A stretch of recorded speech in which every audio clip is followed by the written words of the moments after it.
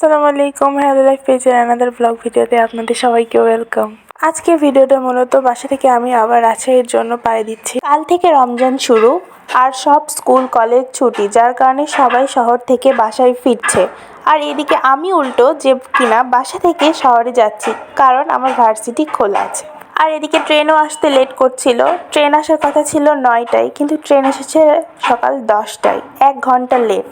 এরপর ট্রেন আসার সাথে সাথে আমি আর আমার বাবা সব জিনিসপত্র নিয়ে ট্রেনে উঠে পড়ি। আমি এতটাই ক্লান্ত ছিলাম যে ট্রেনে ওঠার পরই আমি বাবা থাকার কারণে একটু সাহস নিয়ে ঘুমিয়ে পড়েছিলাম। আমার ঘুম ভাঙে তখন যখন ট্রেনটি আব্দুলপুর এসে থামে, আর আমার যথেষ্ট ক্ষুধা পেয়েছিল তখন। তা আমি বাবাকে বলেছিলাম যে আমার জন্য একটু পুরি নিয়ে আসো। তো বাবা আমার জন্য 2টো পুরি আর আলু ভাজা নিয়ে এসেছিল।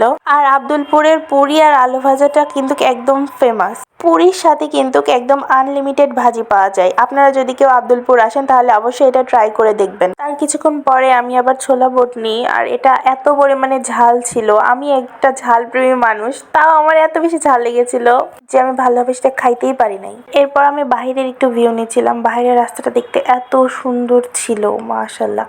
আর এইদিকে রাস্তাটায় বেশিরভাগ জায়গায় শিমুল ফুলের গাছ ছিল। আর আমার শিমুল ফুল দেখতে অনেক ভালো লাগে, কারণ এটা এমন একটা ফুল যে একদম পুরো গাছটাকে রাঙিয়ে দিয়ে রাখে।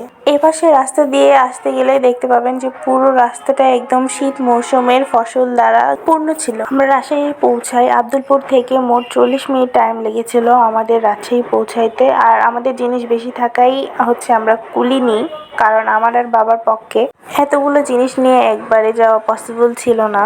তারপরে আমরা একটা অটো নিয়ে নিই, আর আমার কিছু জিনিস কেনাকাটা করা ছিল, সেইগুলো আমি কিনে নিয়ে একবারে বাসার জন্য রওনা দিয়ে পড়ি।